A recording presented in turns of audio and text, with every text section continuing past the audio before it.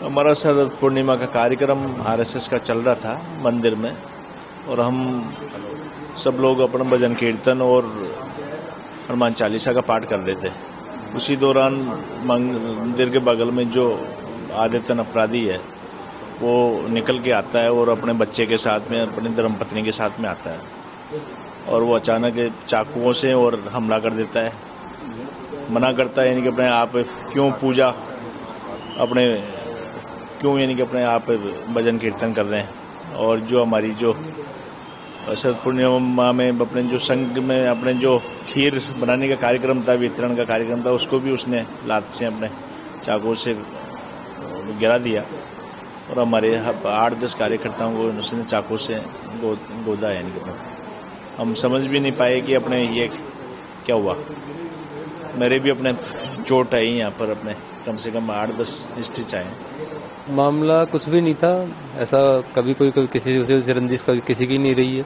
वो तो हम हनुमान चालीसा का पाठ चल रहा था, शरद पूर्णिमा के खीर का उत्सव था, तो शांति से बैठ के हम 10-11 लोग थे तो हनुमान चालीसा का पाठ कर रहे थे। इतनी देर में वो आया, उसका लड़का साथ में था, 2 जने थे वो, एक के हाथ में लठ था। आते ही वो खीर जो पकड़ी थी उसके लात मार के उसने खीर फैला दी और सीधे आकर के गाड़ी उपते करने लग गया। हम जैसे उसको समझाने लगे तो वो, अब हमें पता नहीं कि वो चाकू मार रहा है, वो तो जैसे ऐसे मारते मारते सबके चाकू मार दी। जब ब्लड आने लगा तब पता लगा कि चाकू मार दी इसने। किसी की हैं क्या कह रहे हैं आप पहले कोई ऐसे शादी इनके चाकू मारना, उसके मन में क्या था, कभी उससे हमारी दुश्मनी कभी रही नहीं ना। अब उसके मन में क्या लेके आया वो तो, हाँ, उससे कोई ऐसे परिचित भी नहीं थे उससे हम। कहाँ का रहने वाला तो वो मंदिर के पास में ही मकान है उसका।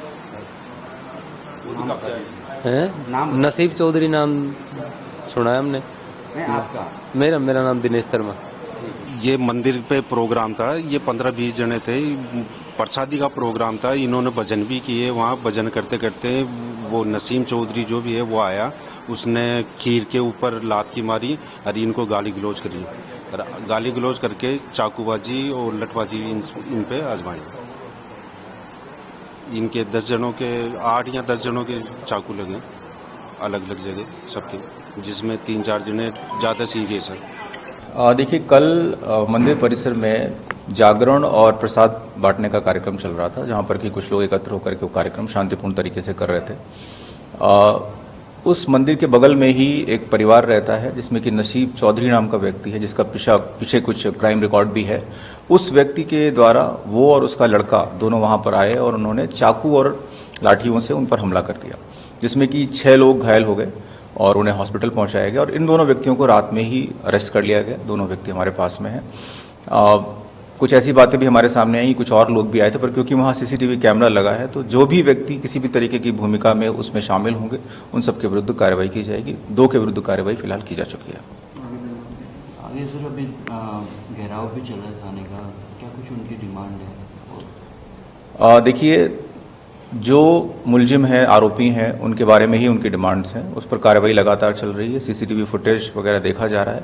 यदि कोई और भी इसमें शामिल है उन सब का पता लगा करके कार्रवाई की जाएगी। और भी सर गिरफ्तारी संभव है इसके अंदर? देखिए, वो पूरा फुटेज और जो भी हमारे पास में वहाँ पर विटनेसेस हैं, क्योंकि वहाँ पे काफ़ी संख्या में लोग थे, उनके बयान और उनके जो स्टेटमेंट्स हमारे सामने आएंगे, नए फैक्ट्स आएंगे, उसके बेसिस पर पता चलेगा। अगर और भी कोई है तो बिल्कुल कार्रवाई की जाएगी। क्या हिंदू मुस्लिम विवाद?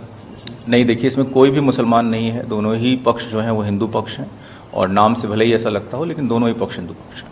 ऐसा कोई विवाद नहीं।